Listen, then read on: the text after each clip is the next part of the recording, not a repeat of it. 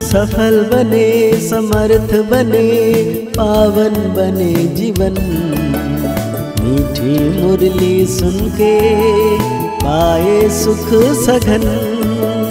आज का चिंतन, आज का चिंतन।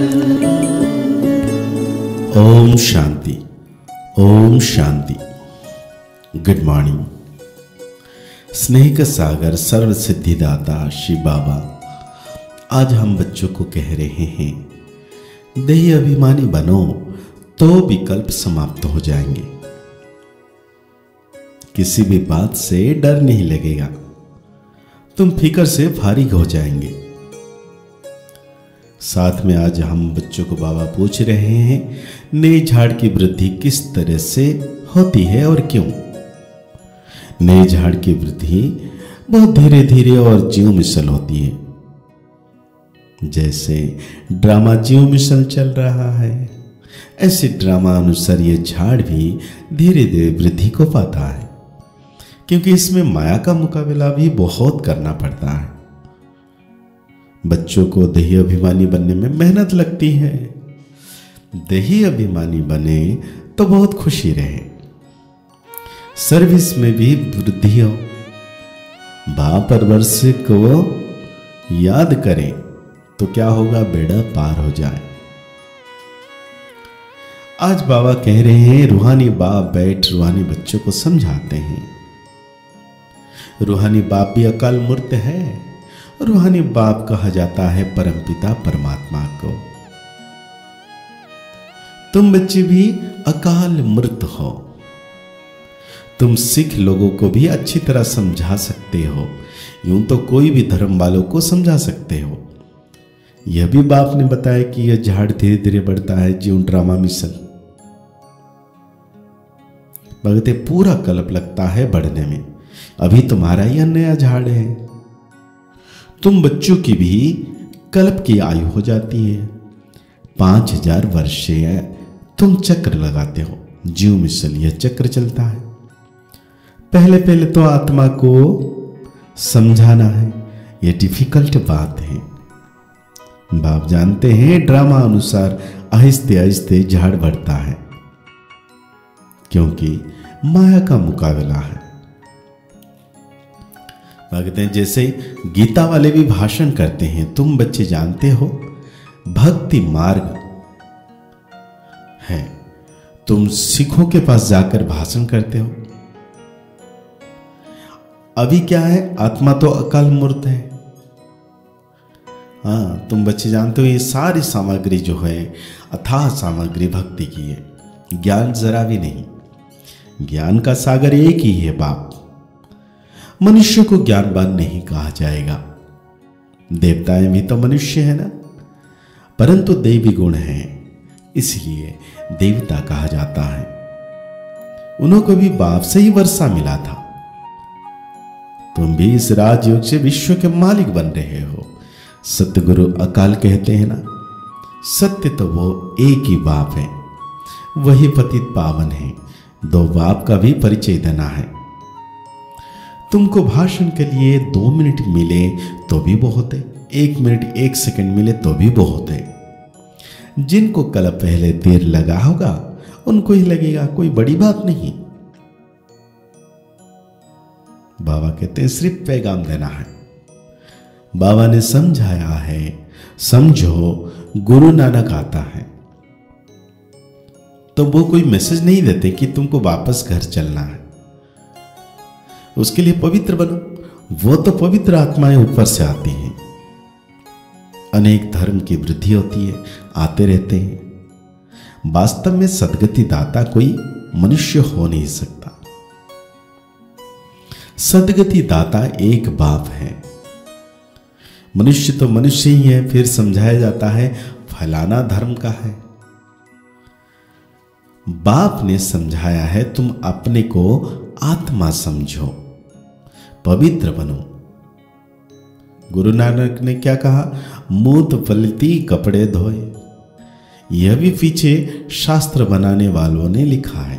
पहले तो बहुत थोड़े होते हैं, उनको क्या बैठ सुनाएंगे। यह ज्ञान भी बाप तुमको अभी देते हैं, फिर पिछाड़ी में शास्त्र बनते हैं। बाबा कहते हैं तुम बच्चे अभी अपने को महावीर कहलाते हो। तुम कह सकते हो हम गृहस्थ व्यवहार में रहे स्वर्ग की स्थापना कर रहे हैं। रात दिन में फर्क है। यह जटाएं भी पवित्रता की निशानी है। अकाल मृत पतित पावन बाप की महिमा पूरी करनी चाहिए। साधु सन्यासी परमात्मा नमः कहते हैं, फिर कहते हैं सर्वव्यापी यह है राम। बाप की तुम खूब महिमा करो। बाप की महिमा से तुम तर जाते हो। जैसे कहानी राम राम कहने से पार हो जाएंगे। बाप भी कहते हैं बाप को याद करने से विशेष सागर से पार हो जाएंगे। तुम सबको मुक्ति में जाना ही है। तुम अमृतसर में जाकर भाषण करो कि तुम पुकारते हो सतगुरु अकाल अमृत, परंतु वह कहते हैं देह से ही देह के सर्वधर्म को छोड़ अपने को आत्मा समझो। बाप को याद करो तो पाप भस्म हो जाएंगे, अंतमति स्वगति हो जाएगी। शिव बाबा अकाल मूर्ति निराकार है, तुम आत्मा भी निराकार हो। बाप कहते हैं मेरा शरीर तो है नहीं, मैं लोन लेता हूं, मैं आता ही हूं पति दुनिया में रावण पर जीत पाने। यहां ही डायरेक्शन दूंगा क्योंकि पतित होते ही पुरानी दुनिया में है। नई दुनिया में एक ही देवी देवता धर्म था। उस समय और सब शांति धाम में रहते हैं। फिर नंबरवार सतो रजतम में आते हैं। जिनको सुख बहुत मिलता है उनको दुख भी बहुत मिलता है। भक्त तुम्हें सबको बाप का पैगाम देना है कि बाप को याद करो तो घर पहुंच जाएंगे। सदगति सबकी तब होती है जब झाड़ पूरा होता है। सब आ जाते हैं। ऐसे तुम भी किसी को बहुत प्यार और धीरज से समझाओ।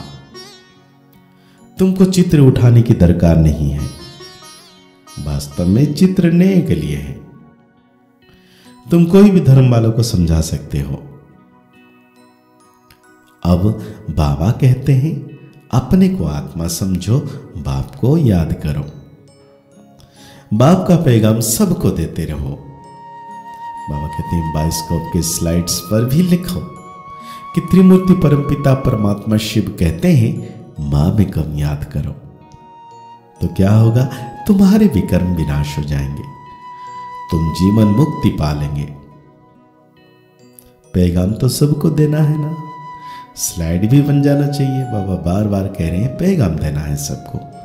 इसमें जैसे एक वशीकरण का मंत्र मनमना भव का सबको दो। इस पढ़ाई में देरी नहीं लगती है। कहते हैं अतीन्द्रिय सुख गोप गोपियों से पूछो, जिनका निश्चय है कि हम बाप से जरूर बरसा लेंगे। बाबा स्वर्ग की स्थापना कर हमें उसका मालिक बनाते हैं। चित्र भी ऐसे बने हुए हैं। तुम सिद्ध कर बताते हो कि ब्रह्मा विष्णु का क्या संबंध है, और किसी को भी पता नहीं ये बातें। ब्रह्मा का चित्र देख मुझ जाते हैं। स्थापना में टाइम जरूर लगता है, कर्मातीत अवस्था में भी टाइम लगता है। घड़ी घड़ी भूल जाते हैं, यह आदत डालनी चाहिए। नवदा भक्ति वाले भी चित्र के आगे बैठ जाते हैं, हमको दीदार हो। तुम तो यह बनते हो तो तुमको याद करना चाहिए। बैज भी तुम्हारे पास है। बाबा अपना भक्ति मार्ग का मिसाल बताते हैं कि नारायण की मूर्ति से मेरा बहुत प्यार था, वो सब था भक्ति मार्ग। अब बाप कहते हैं मां भी कम याद करो और कुछ भी नहीं करना है। बाबा कहते हैं हम तो ओबीडिएंट सर्वेंट हैं, हमें तुम माथा क्यों टेकते हो। तो आज बाबा हम बच्चों को पुरुषार्थ के लिए धारणाओं में कहते हैं निर्माणता का गुण धारण करना है, जरा भी अहंकार नहीं आना है। ऐसा महावीर बनना है जो माया हिला ना सके। सभी को मनमना भव का वशीकरण मंत्र सुनाना है। बहुत प्यार और धीरज से सबको ज्ञान की बातें सुनानी है। बाप का पैगाम सब धर्म वालों को देना है। आज बाबा हम बच्चों को वरदान दे रहे हैं, कर्म और संबंध दोनों में स्वार्थ भाव से मुक्त रहने वाले बाप समान कर्मातीत भव। अब बच्चों की सेवा है सबको मुक्त बनाने की, तो औरों को मुक्त बनाते समय स्वयं को बंधन में बांध नहीं देना। जब हद के मेरे से मुक्त होंगे तब अव्यक्त स्थिति का अनुभव कर सकेंगे। जो बच्चे लौकिक और अलौकिक कर्म और संबंध दोनों में स्वार्थ भाव से मुक्त हैं, वही बाप समान कर्मातीत स्थिति का अनुभव कर सकते हैं। तो चेक करो कहां तक कर्म बंधन से न्यारे बने हैं। स्वभाव संस्कार के वश होने से मुक्त बने हैं। कभी कोई पिछला संस्कार स्वभाव वशीभूत तो नहीं बनता है। तो आज बाबा हम बच्चों को स्लोगन दे रहे हैं, समान और संपूर्ण बनना है तो स्नेह के सागर में समा जाओ। समान और संपूर्ण बनना है तो आज की मुरली के अनुसार हम सो मान लेंगे, मैं कर्मातीत अवस्था डबल फरिश्ता में आत्मा। मुरली को और गहरी रीति से चिंतन करते हुए निरंतर सर्वशक्तिमान परमात्मा की किरणों की छत्र छाया के नीचे अपने को महसूस करना है। मुस्कुराते रहिए, आगे बढ़ते रहिए, पुरुषार्थ करते रहिए। खुश रहें, स्वस्थ रहें, मस्त रहें। ओम शांति, ओम शांति, ओम शांति।